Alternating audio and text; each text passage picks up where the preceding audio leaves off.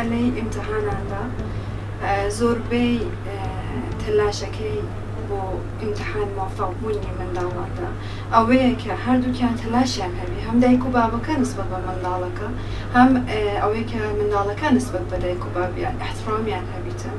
دەرکێکی جوانیان هەبی لەوەی کە کۆمەکی و یارمەتی دایک و بابیان هەیە و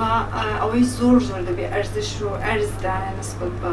زەحمەتەکانی دایک و بابیان و ئەوەی کە دایک و بابیش دەبێت ئەو مەکانی ئارام و ئاسایشەی لە بۆ منداڵ فراهەم بکاتن و بۆیان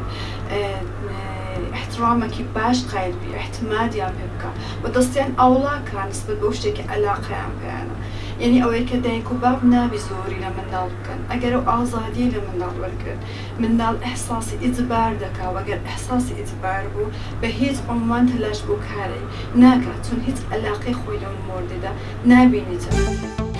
عەقڵی منداڵ وەکو گەورە نییە تێبگا کە باوک و دایکی دەیەوێ مەسلحەتی خۆی بگاتەوە لەسەر مەسلحەتی خۆی لەبەر هەندێک دەبی سیاسەتێکی زۆر بە قووەتی هەبێ خاصەتەن ئەم فترەی ئیمتیحانات زۆر گرنگە تەشجیعی بکەن و یارمەتی بکەن لەگەری بن ئیهمالی مەکەن وەکو منداڵ پرسیار بکە شتێک پرسیارێک لە باوکیاندا خەریکی موبایل بی و جوابی نەدا و بڕۆ بە خۆت بخینە نەخێر ئەم فترە خاصەتەن زۆر حەساسە لە فترەی ئیگزام فترەی ئیمتیحانات. پێویستە دایکبووەکان کەشێکی عادی بۆ قوتابیان دروست بکەن بە قوتابیش پێویستە بۆ شێوەیە کە دەزانن کە سەرکەوتوو دەبێت لە تاقیکردنەوەکان بە شێوەیەکی ڕێک و پێک و بە باشی دەرسەکان و ئەوانەکان بخوێنێتن کۆمەلگاش پێویستە ئەو پاڵپەستە دەرونیە کە لەسەر قوتابیان هەیە بە کەمتری بکاتەوە بۆ ئەوەی قوتابیان نەتوانن ینی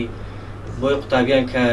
دەگەنە کاتی تاقیکردنەوە ئەو پاڵپەستیان لەسەر نەمێنێت و بە شێوازێکی باشی بتوانن و بە هادیئی بتوانن وانەکانیان بخوێنن.